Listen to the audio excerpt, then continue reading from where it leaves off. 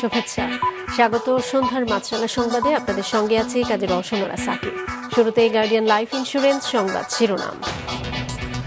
ভালো যাচ্ছে না কোরবানির পশুর চামড়া কেনাবেচা, সংগ্রহের লক্ষ্য পূরণ নিয়ে আড়তদারদের সংশয়, তবে আশাবাদী ট্যানারি মালিকরা। সিলেট সুনামগঞ্জে নদ নদীর পানি বিপদসীমার ওপরে, আগামী 3 দিন বৃষ্টির পূর্বাভাসে পরিস্থিতির আরও অবনতির আশঙ্কা, আশ্রয় কেন্দ্রে যাচ্ছে মানুষ। এবারে বিস্তারিত সংবাদ। চলতি বছর কোরবানির পশুর কাঁচা চামড়া সংগ্রহের লক্ষ্যমাত্রা পূরণ হওয়া নিয়ে শঙ্কা প্রকাশ করেছেন পোস্তার আড়তদাররা, যদিও লক্ষ্য পূরণ নিয়ে আশাবাদী ট্যানারি মালিকরা। যশোর প্রতিনিধি রাহুল রায়ের সহযোগিতায় রঞ্জিবুল মিজানের রিপোর্ট। দেশের চামড়ার অন্যতম বড় হাট যশোরের রাজারহাট, যেখানে ছোট বড় মিলিয়ে আড়তের সংখ্যা প্রায় 100-2। সেই বাজারে এবার কাঁচা চামড়ার যোগান কম, ফলে এখন পর্যন্ত সেখানে জমে ওঠেনি ব্যবসা। সোমবারে ঈদ হয়েছে, মঙ্গলবারে হাট, আপনার এই শনিবারের দিন নির্ধারণ করা যাবে যে কি পরিমাণে চামড়ার আপনার উঠবে। ব্যাপারী ঢাকা থেকে আসলেই চামড়ার পরিমাণও বেশি হবে এবং গ্যাদারিংও হবে। শুধু যশোরেরই হাটই নয়, চামড়া সংগ্রহের লক্ষ্য পূরণ নিয়ে সংশয় আছে ঢাকার পোস্তার আড়তদারদের মাঝেও। তারা গরু আর ছাগল মিলিয়ে 1,10,000 পিস কাঁচা চামড়া কেনার লক্ষ্য ঠিক করেছে এই ঈদে, যদিও তাদের দাবি সরবরাহ কমেছে গেল বছরের চেয়ে।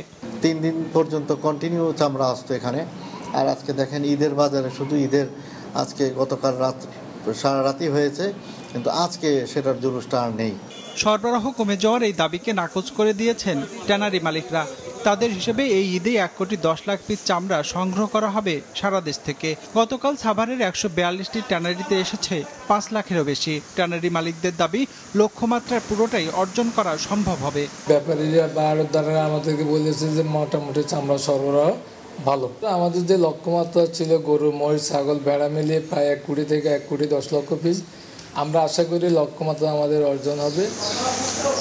চামড়া সংগ্রহের লক্ষ্যমাত্রা পূরণ হোক কিংবা না হোক, কোরবানিকে ঘিরে দেশের নানা প্রান্ত থেকে যে চামড়া আসবে তার উপরে নির্ভর করবে আসছে বছরে চামড়া ও চামড়াজাত পণ্য রপ্তানি করে কত টাকা আয় করবে বাংলাদেশ। রঞ্জিবুল মিজান, মাছরাঙা সংবাদ, ঢাকা। সিলেট ও সুনামগঞ্জে বন্যা পরিস্থিতির আরও অবনতি হয়েছে। এই 2 জেলায় সব নদীর পানি বিপদসীমার উপর দিয়ে প্রবাহিত হচ্ছে। এদিকে পাহাড়ি ঢল ও বৃষ্টিপাতে রংপুরে তিস্তার পানি আরও বেড়েছে। প্রতিনিধিদের পাঠানো তথ্য ছবি নিয়ে ডেস্ক রিপোর্ট। অতিবৃষ্টি আর পাহাড়ি ঢলে সিলেটে সব নদীর পানি বাড়তে শুরু করেছে। সকাল থেকে সুরমা কুশিয়ারার 6টি পয়েন্টে পানি বিপদসীমার উপর দিয়ে বইছে। এছাড়া সারিগুয়াইন ও সারি নদীর পানিও বিপদসীমার উপরে। গেল 24 ঘন্টায় জেলায় 153 মিলিমিটার বৃষ্টি হয়েছে বলে জানায় আবহাওয়া অধিদপ্তর। সিলেট নগরীর নদী তীরবর্তী ওয়ার্ডগুলোর প্রধান সড়ক ও বাড়িঘর তলিয়ে গেছে। আশ্রয় কেন্দ্রে যেতে শুরু করেছে মানুষ। দেশের ভিতরে এবং বাইরে যে মেঘালয় রাজ্যের যে বৃষ্টিপাত, এটার জন্য আমাদের দ্রুত কিন্তু পানি বৃদ্ধি পাচ্ছে। 4টে উপজেলায় নিম্নাঞ্চল যেগুলো আছে সেগুলো প্লাবিত হচ্ছে। ইভেন শহরের যেটা আমি একটু আগে গিয়েছিলাম, যে উপশহর যেটা আছে কুশিঘাট, এগুলো নিম্নাঞ্চল যেগুলো আছে সেগুলো প্লাবিত হচ্ছে। সুনামগঞ্জেও বন্যার পরিস্থিতির অবনতি হয়েছে। সকাল থেকে উজানের পানি শহরে প্রবেশ করছে। সুরমা নদীর 16 ঘর পয়েন্টে পানি বিপদসীমার 67 মিলিমিটার উপর দিয়ে বইছে। সুরমা, জাদুকাটা, খাসিয়ামারা, বৌলাই সহ সকল নদ নদীর পানি বাড়ছে। প্লাবিত হয়েছে আরপি নগর, মধ্যবাজার, কাজী পয়েন্ট, 16 ঘর, নবীনগর, শান্তিভোগ সহ বেশ কিছু এলাকা। বন্যায় তো আমরা একবারে শেষ করে দিলাম। হঠাৎ করে জানে দেবে পানি আসছে, তোমার ঘর বাড়ি উঠছে, তোমার চলাই খাবার পানিও নেই। মানুষ খুব দুর্ভোগে আছে, অনেকেরই ঘরে পানি ঢুকে গেছে, এর মধ্যে কারেন্ট নেই। সারা জেলায় সব উপজেলা মিলে 516টি আশ্রয় কেন্দ্রে আমরা তালিকা করেছি। সেই আশ্রয় কেন্দ্রগুলো খুলে দেওয়ার জন্য আমরা নির্দেশনা প্রদান করেছি। ইতিমধ্যে অনেক আশ্রয় প্রার্থী আশ্রয় কেন্দ্রে উঠেছে, তাদেরকে আমরা ত্রাণ সহায়তা প্রদান করছি। পাহাড়ি ঢল ও বৃষ্টিপাতে তিস্তার পানি বাড়ছে। আগামী 72 ঘন্টা এই বৃদ্ধি অব্যাহত থাকবে এবং স্বল্পমেয়াদী বন্যার আশঙ্কা রয়েছে বলে জানিয়েছে পানি উন্নয়ন বোর্ড। রওশন জাহান মিষ্টি, মাছরাঙা নিউজ ডেস্ক। মৌসুমী বায়ু সক্রিয় থাকায় দেশের বিভিন্ন জায়গায় বৃষ্টিপাত শুরু হয়েছে। আগামীকাল বৃষ্টি আরও বাড়বে জানিয়েছে আবহাওয়া অফিস। পূর্বাভাসে বলা হয়, সিলেট, ময়মনসিংহ ও রংপুর বিভাগে আগামী 72 ঘন্টা অতি ভারী বৃষ্টিপাত হতে পারে। দেশের অন্যান্য অঞ্চলেও হালকা থেকে মাঝারি মাত্রায় বৃষ্টিপাত হতে পারে। এদিকে বৃষ্টি হলেও কমছে না গরমের তীব্রতা। সিলেট সহ উত্তরবঙ্গের বন্যা কবলিত এলাকাতেও মাঝারি থেকে ভারী বৃষ্টি হবে, তাই এসব এলাকার নদীতে পানি বাড়ার আশঙ্কা আছে।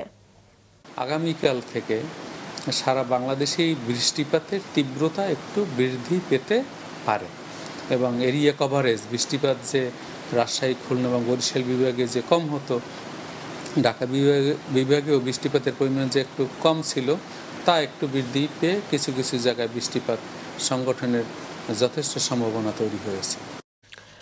দুর্নীতিবাজরা যত প্রভাবশালী হোক, তাদের রেহাই নেই বলে জানিয়েছেন সড়ক পরিবহন ও সেতুমন্ত্রী এবং আওয়ামী লীগের সাধারণ সম্পাদক ওবায়দুল কাদের। দুপুরে ধানমন্ডিতে দলের সভাপতির কার্যালয়ে সংবাদ সম্মেলনে একথা বলেন তিনি। মূল্যস্ফীতির কারণে সাধারণ মানুষের ঈদ ভালো যায়নি বিএনপি মহাসচিব মির্জা ফখরুলের এমন অভিযোগ নাকচ করে কাদের বলেন, মূল্যস্ফীতির পরও গতবারের চেয়ে এবছর কোরবানির সংখ্যা বেড়েছে। পাশাপাশি পদ্মা সেতু ও বঙ্গবন্ধু সেতুতে রেকর্ড পরিমাণ টোল আদায় হয়েছে। মিয়ানমার সেন্ট মার্টিনস ইস্যুতে তিনি বলেন, সেদেশে গৃহযুদ্ধ চলছে। বিদ্রোহী আরাকান বাহিনীর গুলিতে এদেশের সার্বভৌমত্ব হুমকিতে পড়ার কোনো কারণ নেই। গতবার 1,41,000 ছিল, এবার কোরবানি হয়েছে প্রথম দিনই 3 লাখ বেশি। এই মূল্যস্ফীতির মধ্যে কোরবানি করার যে সংখ্যা, এটা তো অনেক বৃদ্ধি পেয়েছে। কক্সবাজার থেকে জাহাজে করে খাদ্য ও নিত্যপণ্য সামগ্রী সেন্ট মার্টিনসে নিয়ে যাওয়া হলেও এখনও দ্বীপবাসীর জীবনযাত্রা স্বাভাবিক হয়নি। উপজেলা সদরের সাথে যাত্রীবাহী ট্রলার চলাচল বন্ধ থাকায় দ্বীপবাসীর ভোগান্তি কাটেনি। স্থানীয়রা জানান, ঈদের আগে চাল, ডাল সহ কিছু শুকনো খাবার পাঠানো হলেও শাক সবজি মিলছে না। মিয়ানমারে সংঘাতের জেরে টেকনাফ সেন্ট মার্টিনস নৌরুটে নাফ নদীর নাইক্ষুংদিয়া পয়েন্টে বাংলাদেশি ট্রলার লক্ষ্য করে মিয়ানমার থেকে কয়েক দফা গুলি ছোড়া হয়। এ ঘটনায় গত 1 সপ্তাহ ধরে ট্রলার চলাচল বন্ধ রয়েছে। যে প্রবলেমটা হচ্ছে সেটা হচ্ছে আমাদের জরুরি ভিত্তিতে কোনো এমার্জেন্সি রোগী আমরা নিয়ে যেতে পারতেছি না। তাছাড়া আমাদের বিভিন্ন ধরনের খাবারের সংকট। জরুরি ভিত্তি থেকে প্রশাসনের সাথে আলাপ করে, বার্মার গ্রুপের সাথে আলাপ করে যেন আমাদের নাফ নদী দিয়ে টেকনাফ যাওয়ার একটা ব্যবস্থা করে দেয়। আমাদের জীবনযাত্রার মান যেন আমরা ধরে রাখতে পারি, সেই ধরনের আহ্বান রইল। আমারও আমন্ত্রণ সন্ধ্যার মাছরাঙা সংবাদে। ঈদের দ্বিতীয় দিনে রাজধানীর বিনোদন কেন্দ্রগুলোতে দেখা গেছে দর্শনার্থীদের ভিড়। মিরপুর চিড়িয়াখানায় সকাল থেকে দর্শকদের চাপ লক্ষ্য করা যায়। পাশাপাশি ঢাকার বাইরের বিনোদন কেন্দ্রগুলোতেও ছিল উপচে পড়া ভিড়। চোখের সামনে বনের রয়্যাল বেঙ্গল টাইগার দেখে রীতিমতো বিস্মিত শিশুরা। বই, মোবাইল ফোন কিংবা কম্পিউটার স্ক্রিন থেকে সরিয়ে পশু পাখির সঙ্গে পরিচয় করিয়ে দিতে সন্তানকে চিড়িয়াখানায় নিয়ে এসেছেন অনেক অভিভাবক। এই তো ভালো এনজয় করতেছে, ওরা দেখতেছে, ঘুরতেছে, মজা করতেছে। ছোট বাচ্চা, ওরা অনেক কিছু জানার আগ্রহ, যে আসলে বাঘ দেখতে কেমন, সাপ দেখতে কেমন, হরিণ দেখতে, ও শুধু বইয়ে পড়ে। দুষ্টু বানরদের দেখে উচ্ছ্বসিত শিশুরা। চিড়িয়াখানায় যা যা পশু আসে সব দেখবো। চিড়িয়াখানায় এসে আমার অনেক ভালো লাগছে, আমার অনেক ভালো লেগেছে। আমি অনেক পশু পাখি দেখতে পেরেছি। সিংহের গর্জনের অপেক্ষা করছেন অনেকেই, তবে আজ চিড়িয়াখানা ঘুরতে আসা দর্শনার্থীদের সেই সৌভাগ্য হয়নি। সেই নিরাশা কাটাতেই যেন ঘুম ভেঙে এগিয়ে এলো ভালুক। তবে কিছু খাঁচা খালি থাকায় কিছুটা অতৃপ্তি জানান দর্শনার্থীরা। যে পরিমাণ বাঘের খাঁচা, সিংহের খাঁচা ফাঁকা, সে পরিমাণ কিন্তু পশু পাখি নাই। বিভিন্ন জেলায় বিনোদন কেন্দ্রগুলোতে বেড়েছে পর্যটকদের ভিড়। পরিবার পরিজন নিয়ে নরসিংদী, কুয়াকাটা, খাগড়াছড়িতে ঘুরে বেড়াচ্ছেন তারা। কালকে তো আমরা মহিলারা খুবই বিজি ডে কাটাই, আজকে জাস্ট ভাবলাম একটু ঘুরে আসি। আমি ময়মনসিংহ ভালো করতে আসছি, এখানে অনেকজনের কাছে দেখা হতে ভালো লাগতেছে। প্রথমবারের মতো আসছি, অনেক ভালো লাগছে। দ্বীপ জেলা ভোলার বিনোদন স্পটগুলোতেও পর্যটকদের উপচে পড়া ভিড় দেখা যায়। তাবাসসুম আহমেদ, মাছরাঙা সংবাদ, ঢাকা। রাজধানীর 2 সিটি কর্তৃপক্ষ দ্রুততম সময়ে কোরবানির বর্জ্য অপসারণের দাবি করলেও এখনও কিছু এলাকায় বর্জ্য দেখা গেছে। দক্ষিণ সিটির ওয়ারি, ওসমানগনি রোড, টিপু সুলতান রোড, সিদ্দিক বাজার সহ আশেপাশের এলাকায় সকালে কোরবানির বর্জ্য ছড়িয়ে ছিটিয়ে পড়ে থাকতে দেখা যায়। উত্তর সিটি কর্পোরেশনের বনশ্রী, মিরপুর, মোহাম্মদপুরের বিভিন্ন সড়কের পাশেও কোরবানির পশুর বর্জ্য দেখা যায়। অবশ্য সকাল থেকেই 2 সিটির পরিচ্ছন্ন কর্মীদের বিভিন্ন জায়গায় কাজ করতে দেখা গেছে। 21 পদকপ্রাপ্ত কবি অসীম সাহা আর নেই। দুপুর 1:45টার দিকে বঙ্গবন্ধু শেখ মুজিব মেডিকেল বিশ্ববিদ্যালয় হাসপাতালে মারা যান তিনি। আগামীকাল সকালে শ্রদ্ধা নিবেদনের জন্য তার মরদেহ বাংলা একাডেমি চত্বরে নেয়ার কথা রয়েছে। তিনি হাত কাঁপার রোগ, কোষ্ঠকাঠিন্য ও ডায়াবেটিসে ভুগছিলেন। 1949 সালের 20 ফেব্রুয়ারি নানার বাড়ি নেত্রকোনায় জন্মগ্রহণ করেন অসীম সাহা। সামগ্রিকভাবে সাহিত্যে অবদানের জন্য 2012 সালে বাংলা একাডেমি সাহিত্য পুরস্কার এবং বাংলা ভাষা ও সাহিত্যে অবদানের জন্য 2019 সালে 21 পদক লাভ করেন তিনি। সন্ধ্যার সংবাদ শেষ করছি, তার আগে গার্ডিয়ান লাইফ ইন্স্যুরেন্স সংবাদ শিরোনামগুলো আরও একবার। ভালো যাচ্ছে না কোরবানির পশুর চামড়া কেনাবেচা, সংগ্রহের লক্ষ্য পূরণ নিয়ে আড়তদারদের সংশয়, তবে আশাবাদী ট্যানারি মালিকরা। সিলেট ও সুনামগঞ্জে বন্যা পরিস্থিতির আরও অবনতি, সব নদ নদীর পানি বিপদসীমার ওপরে, বাড়ি ছেড়ে আশ্রয় কেন্দ্রে যাচ্ছে পানিবন্দী মানুষ। এই ছিল সন্ধ্যা সংবাদে।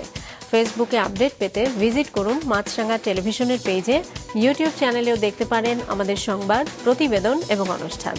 এতক্ষণ সঙ্গে থাকার জন্য ধন্যবাদ জানিয়ে কাজী রওশনারা সাকি শেষ করছি সন্ধ্যার মাছরাঙা সংবাদ। এই দিন এইভাবে।